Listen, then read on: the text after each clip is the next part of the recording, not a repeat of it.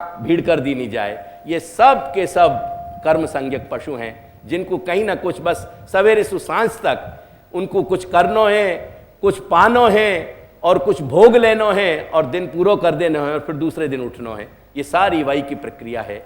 कुछ कर्म करने वाले यानी कुछ क्रिया, कुछ करने की झंखना रखने वाले लोग हैं, कुछ ज्ञान की झंखना वाले लोग हैं। आपके विश्व के जितने भी रिसर्च सेंटर्स हैं, जितने भी लैब्स हैं, जितने भी बड़े बड़े हाईएस्ट इंस्टीट्यूशंस हैं, उनको जो भी प्रिसाइड कर रहे हैं, उन पर जो बैठे भय हैं, वो सब के सब ज्ञान क्षेत्र के ज्ञानी हैं। जैसे प्राचीन भारतवर्ष में ऋषि और महर्षि ज्ञान के क्षेत्र में लगते, आज आप देख आओ सब जगह जितने भी जहां भी शोध खोज को स्तर है वो सब ज्ञानी हैं आपके। दूसरा वर्ग वो है कि जिनको ज्ञान प्राप्ति की क्षमता है, उनकी प्रधान एट्रीब्यूट्स, बाकी तो सब मनुष्य मात्र में सब कुछ समकक्ष मिलेगा, सभी समता मिलेगी, लेकिन कुछ लोगन में केवल करने की, केवल स्थूल कर्म, स्थूल जड़तासु एक चेष्टा क्रिया करते रहने की एक झंखना है। कुछ लोगन में ज्ञान प्राप्ति की झंखना है। यासु ऊपर उठ के कुछ लोग आज भी ऐसे हैं कि जो प्रकृति के प्रेम सु, मनुष्य के प्रेम सु, पृथ्वी के प्रेम सु, वातावरण के प्रेम सु, मनुष्य मात्र सु कहीं प्रेम करना चाह रहे हैं, जो जिनके आधार पे आज भी ये सारे भयंकर समय में, जो समय केवल स्वार्थांध वातावरण को बने हुए हो, या में भी कहीं कहीं ऐसे वो खद्योत की तरह वो क्या कहो तुम पटबीजना को, वो जिनमें वो बत्ती लाइट जलती रहे ना, जिनमें जुगनू में, तो वो वहां खद्योत की तरह आज भी कहीं ना कहीं तुम्हारे लिए अंधेरे में बत्ती करते रहें, वो जुगनू की तरह जलते रहें, उनमें कहीं कहीं प्रकाश तुमको दिखाई दे। वो सब कुछ, वो सारे के सारे लोगन की अगर स्वभाव की एक समता को तुम कहीं मापना चाहोगे तो उनमें एक कैपेसिटी है और वो प्यार करने की। जगत में बेसिकली 3 सिंड्रोम इडियोसिंक्रेसी के लोग हैं, जिनमें प्यार की प्रधानता है, जिनमें ज्ञान की प्रधानता है और जिनमें क्रिया की प्रधानता है। ये बेसिक डिवीजन है। और देयरफॉर जो प्यार करनो और प्यार को समझने की कैपेसिटी धारण कर सके, वासु ज्यादा खूबसूरत कोई घटना नहीं घटे। क्योंकि अगर प्यार जैसे एलिमेंट को कहीं निकाल दिया जाए तो राइट फ्रॉम परिवार की यूनिटी से लेके और राष्ट्र तक की यूनिटी सब छिन्न भिन्न हो जाएगी। कहीं ना कहीं ये सड़े गले और डिकेड वाले जो तंत्र है पूरा, ये सब कुछ जहां मानवता के सारे मूल्य सड़ रहे हैं, गल रहे हैं, पर वहां भी कहीं ना कोई भूलो बिसरो ऐसा मिले कि जो कहीं अपने मानवता के प्रेम सु, अपने देश प्रेम सु, अपने स्थान प्रेम सु, अपनी भूमि या पृथ्वी के प्रेम सु, अपने वातावरण के प्रेम सु, प्रकृति के प्रेम सु कहीं ना कहीं कुछ कार्य कर रहे हैं। क्यों ऐसे छोटे छोटे ग्रुप कहीं ना कहीं मिल जाएं, जहां सारे के सारी न्यूक्लियर एनर्जी को डेवलप किया जा रहा है, वहां कुछ काले झंडा लेके खड़े रहे कि तुम न्यूक्लियर डेवलपमेंट मत करो क्योंकि ये मानवता को संहार कर रहे हो। कहीं ग्रीन्स के मूवमेंट वाले मिल जाएं कि वातावरण को तुम बचाओ, वहां में भी कहीं ना कहीं पॉलिटिक्स है, वो भी वहां में भी कहीं ना कहीं धंधा है, लेकिन सारे के सारे लोगन पे एक टैग नहीं लगाया जा सके। हर जगह कहीं ना कुछ ऐसे जेन्युइन इंसान हैं कि जिनको कहीं ना कहीं अपने आप से प्यार है। क्योंकि जो अपने आप से प्यार नहीं कर सके वो अपने विकास की बात नहीं सोच सके। ये जो इतनी संख्या में तुम यहां आ रहे हो ना, भले ही वो संख्या कोई भी दृष्टि से मुट्ठी भर हो, लेकिन मुट्ठी भरन में ये बात समझ है कि कहीं हमको कुछ जानना है, कुछ समझना है, क्योंकि उनको खुद से प्यार है। और क्योंकि उनको खुद से प्यार है करके वो कहीं अपने मूल पुरुष से भी प्यार कर पा रहे हैं, अपने ईश्वर से भी प्यार कर पा रहे हैं। अगर कहीं आपके अपने दिल में आपको प्यार नहीं है, आप अपने विकास की बात सोच नहीं सको। तो प्यार की क्षमता धारण करने वाले, ज्ञान की क्षमता धारण करने वाले, क्रिया की क्षमता धारण करने वाले, ये 3 डिवीजन है। आप देखो बेसिकली चौथे डिवीजन, बहुत सारे विभाजन, पेटा विभाग आप एक के अंदर क्रिएट कर सकोगे, 1000, 2000, 5000, पर ये 3 से बेसिक डिवीजन आगे नहीं बढ़ेंगे।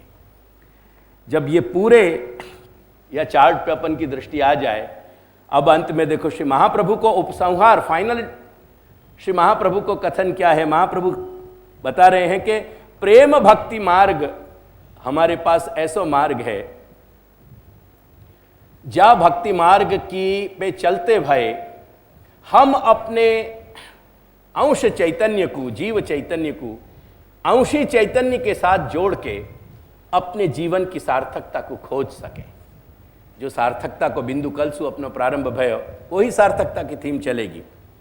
और वह सार्थकता को निर्धार करने वाले दो बेकन्स हैं, वह के दो लाइट हाउस हैं जो अपन को लाइट की सिग्नल्स दे रहे हैं। ये दो बेकन्स हैं जो जो जो अपन को समझा रहे हैं कि तट कहाँ है, या सारे सागर में जो यात्रा कर रहे हैं, भव सागर में, उन भव सागर पे यात्रा करने वाले इनको ये लाइट हाउस बता रहे हो कि यहाँ पृथ्वी है, यहाँ ये पार है, यहाँ किनारा है, यहाँ आओ। और वो लाइट हाउस है तदीयता के और तदाश्रय के। यहाँ तक की बात अपन समझ लें, अब अपन कारिका पे आवें, ताकि तदीयता और तदाश्रय को अपन कहाँ जोड़ेंगे फिर वो अपन देख। आई होप कि ये चार्ट पूरा समझ में आ गया, एंटायर या की सारी बातें। अब मोक्ष की थोड़े बात को समझो कि स्वरूपस्थो यदा जीवः कृतार्थः स निगद्यते। कल यहां तक अपन की बात आई। वेद शास्त्र के आधार पर श्री महाप्रभु या कलयुग के लिए बहुत स्पष्ट बात समझा रहे हैं कि या में सामान्य जो पुष्टि भक्ति के और परब्रह्म परमात्मा परमेश्वर भगवान सच्चिदानंद घन पुरुषोत्तम श्री कृष्ण के शरणागति और भक्ति के अधिकारी जीव नहीं हैं, इतने महद भाग्य वाले ऐसे अन्यान्य समस्त जीवन के लिए अगर कहीं श्रेय के साधन हैं, कहीं अपने चरम विकास के कोई भी उपाय हैं, तो वो चार उपाय हैं, योग और सांख्य ये ज्ञान के सेक्शन में, और शिव और विष्णु ये भक्ति के सेक्शन में। ये दो विभाजन हैं जाकू अपन ने स्वतः और परतः की दृष्टि से कल अपन ने समझो।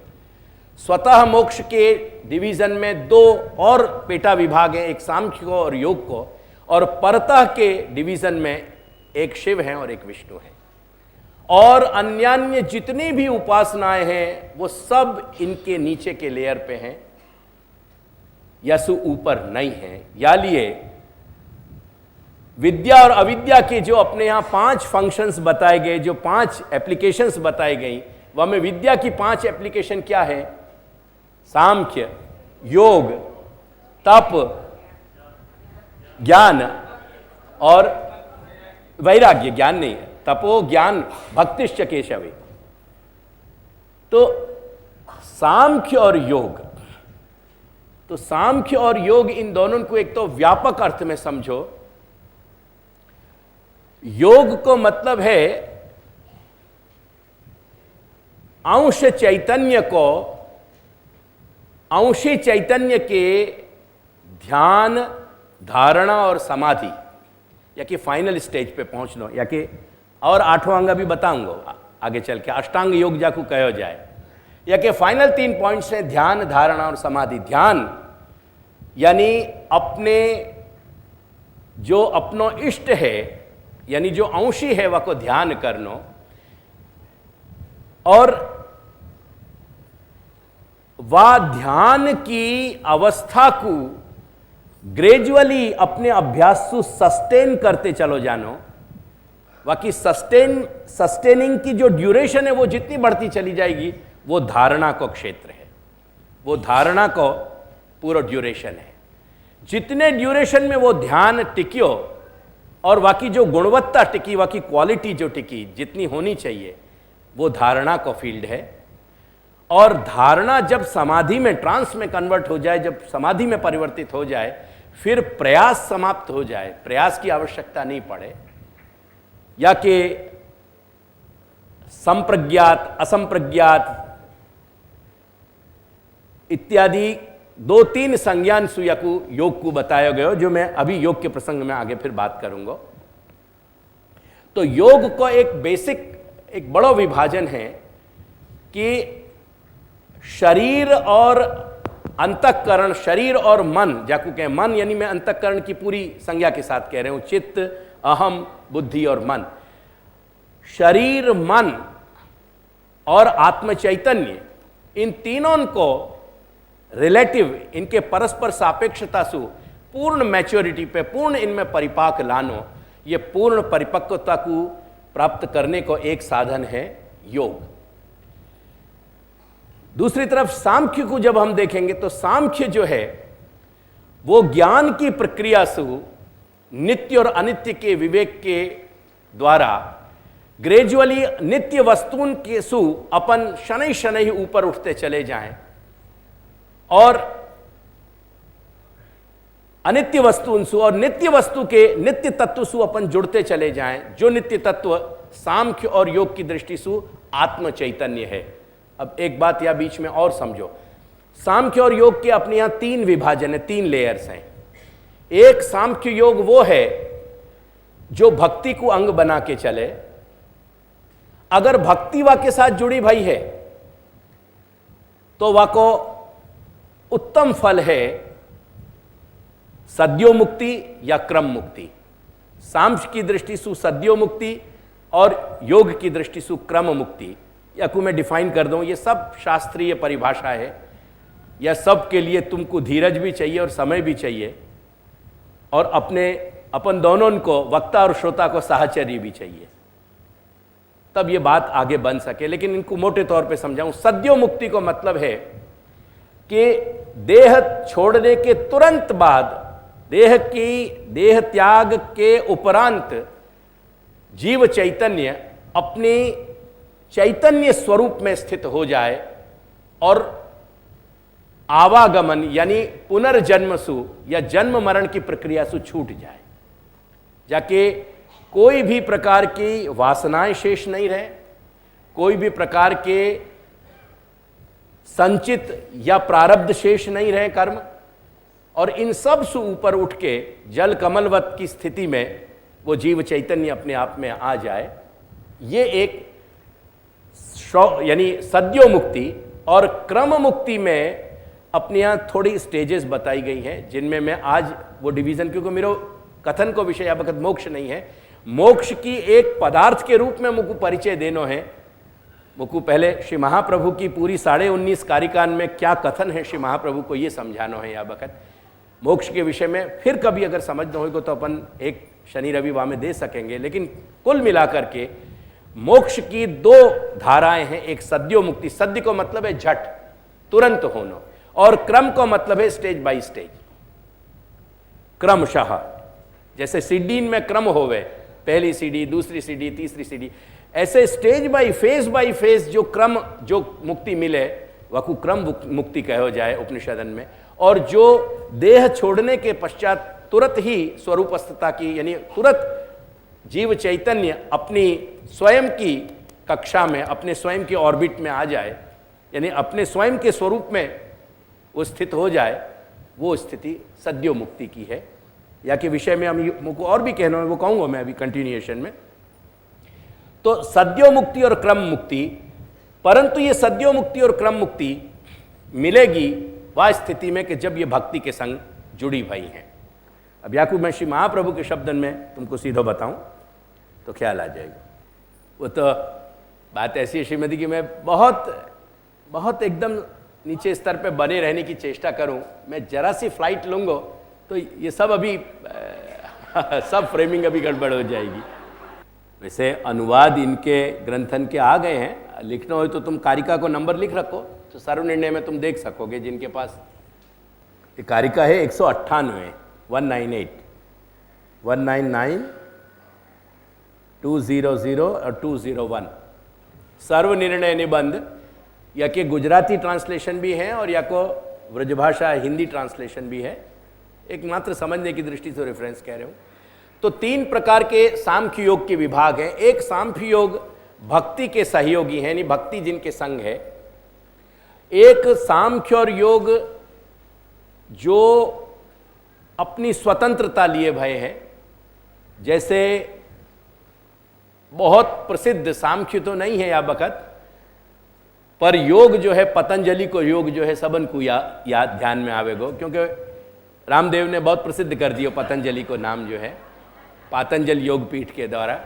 तो पतंजलि को जो योग है वो निषिद्ध नहीं है अपने यहाँ, पर अपने यहाँ वाकु शास्त्रन में आदर भी नहीं दियो गयो है।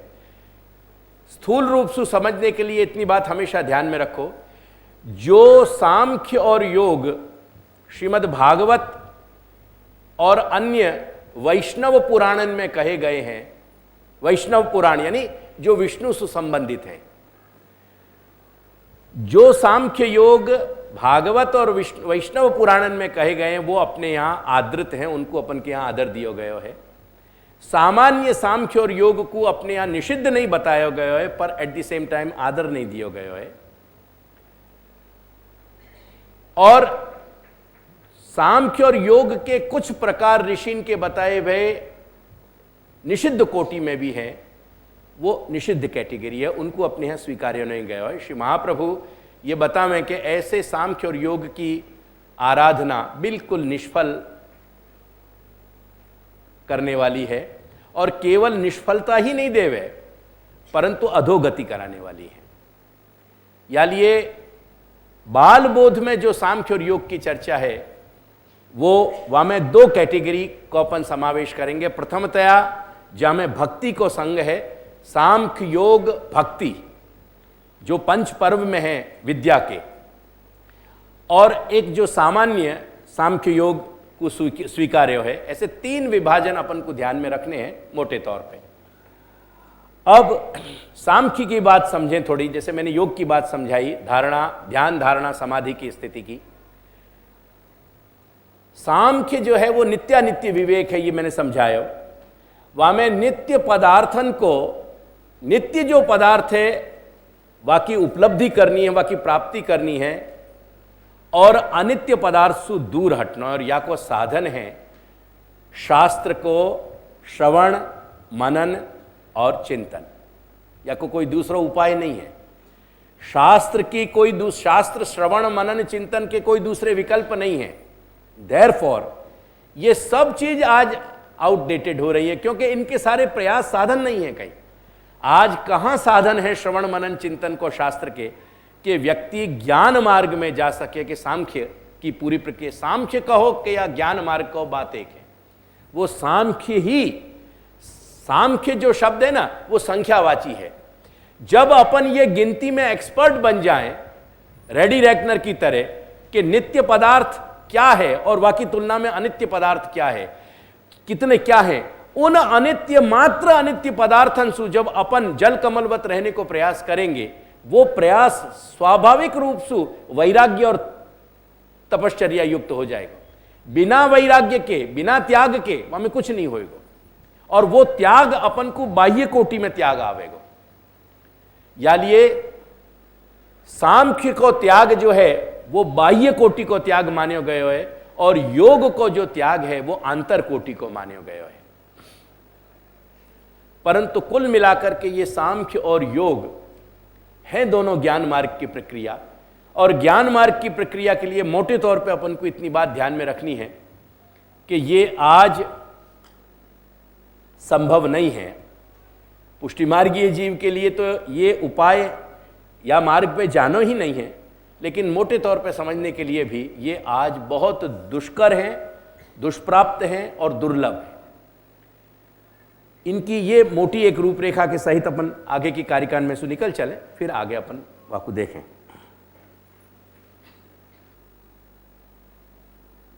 इतनी बात ध्यान रखियो कि ये मोक्ष के प्रकारन में या भेद ये आवेगो, जब अपन शिव और विष्णु के संदर्भ में देखेंगे तो वो मोक्ष जो हैं उन देवन के संग सायुज्य के रूप में कन्वर्ट हो जाएंगी, और ये जो मुक्ति के प्रकार हैं या में अंश चैतन्य या जीव चैतन्य जब अपने स्वरूपस्थ अवस्था में आवेगो, शुद्ध चैतन्य अवस्था में जब चलो जाएगो, और देह त्याग इत्यादि भी जब सब हो जाएगा, वह स्थिति में भी शास्त्र अपन को बतावे कि अंततो गत्वा जाको योग सांख्य या योग की जो साधना है, वो सांख्य की साधना हो या योग की साधना हो, वो दोनों साधना यदि भक्ति सहित होंगी, यानी इष्ट के चिंतन सहित होगी, तो ये दोनों साधनाएं जब देह त्याग के बाद स्वरूप यानी शुद्ध चैतन्य को ब्रह्मलोक की गति प्रदान करेंगी, यानी ब्रह्मा को जो लोक अपने यहाँ माने गए है, और ब्रह्मा की जब तक स्थिति है तब तक वो ब्रह्मलोक में वाकी स्थिति मानी गई है। और जा बखत भगवान आत्मरमण की स्थिति करेंगे, इच्छा करेंगे, आत्मरति की इच्छा होगी, वह स्थिति में वो ब्रह्म में लीन होएगा। तब तक ब्रह्म में लीन की स्थिति नहीं आएगी। या लिए ज्ञानी की यानी शास्त्र मार्ग के द्वारा जो उपासना हो रही है, उन उपासनांशु जो ब्रह्म अक्षर ब्रह्म की प्राप्ति है, वो मोक्ष यासु ज्यादा उत्तम कोटि की मोक्ष है। और ब्रह्मानंद रूपी जो मोक्ष है वो वासु भी यानी अक्षर में जो गति है, अक्षर में जो सायुज्य है, वो अक्षर को सायुज्य जो है वो ब्रह्मानंद को प्रदान करने वाला है। और वासु भी ऊपर जो कृष्ण के स्वरूप में सायुज्य है, वो वासु भी उत्तम कोटि की मोक्ष है। ऐसे मोक्ष के अपने यहां लेयर्स हैं। मोक्ष अपने आप में एक स्वतंत्र विषय है, या विषय को अपन दूसरे विषय के साथ जोड़ के एमलगामेट करके नहीं समझ सकें। मोक्ष के एक स्वतंत्र विषय है कि मोक्ष के अपने यहां कितने लेयर माने गए। जैसे तत्त देवता की उपासना करने वाले, जैसे सूर्य की उपासना वाले को, जो सूर्य के अंतर्गत जो अंतर्यामी रूप नारायण विद्यमान है, उन अंतर्यामी रूप नारायण में उनको सायुज्य मान्यो है सूर्य के उपासकन को। यही प्रकार से जो भिन्न भिन्न अपने यहाँ देवताएं हैं, उन भिन्न भिन्न जो कोटि के देवताएं हैं, उनके जो उपासक और साधक हैं, उनकी सायुज्य